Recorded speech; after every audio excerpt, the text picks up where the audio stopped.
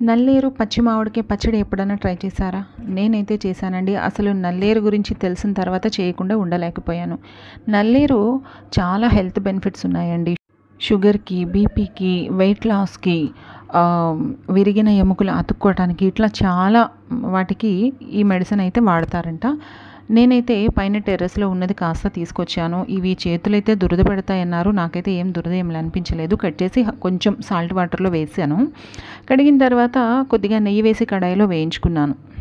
ఇవి వేగిన తర్వాత తీసి ఇందులోనే కొద్దిగా ధనియాలు, జీలకర్ర, ఎండుమిర్చి, కొద్దిగా నువ్వులు వేసి వేయించుకున్నాను.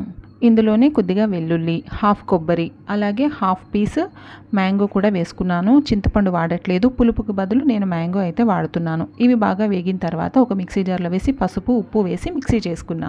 దీన్ని మరి కొంచెం నెయ్యి వేసి తాలింపు పెట్టుకున్నాను. కొద్దిగా నెయ్యి వేసి అందులోనే ఆవాలు, జీలకర్ర, కొద్దిగా మినపప్పు, పచ్చిశనగపప్పు, ఎండుమిర్చి, కరివేపాకు, కొద్దిగా ఇంగువ ఇవన్నీ బాగా తాలింపు వేగిన తర్వాత మనం మిక్సీ చేసుకున్న పచ్చడిలోనే కలుపుకుంటే ఇంకా ఇది వేడి వేడి అన్నంలోకి చాలా టేస్ట్గా ఉంటుందండి. నా వీడియో నచ్చితే సబ్స్క్రైబ్ చేసుకోవడం మర్చిపోవద్దు. లైక్ చేయండి ప్లీజ్.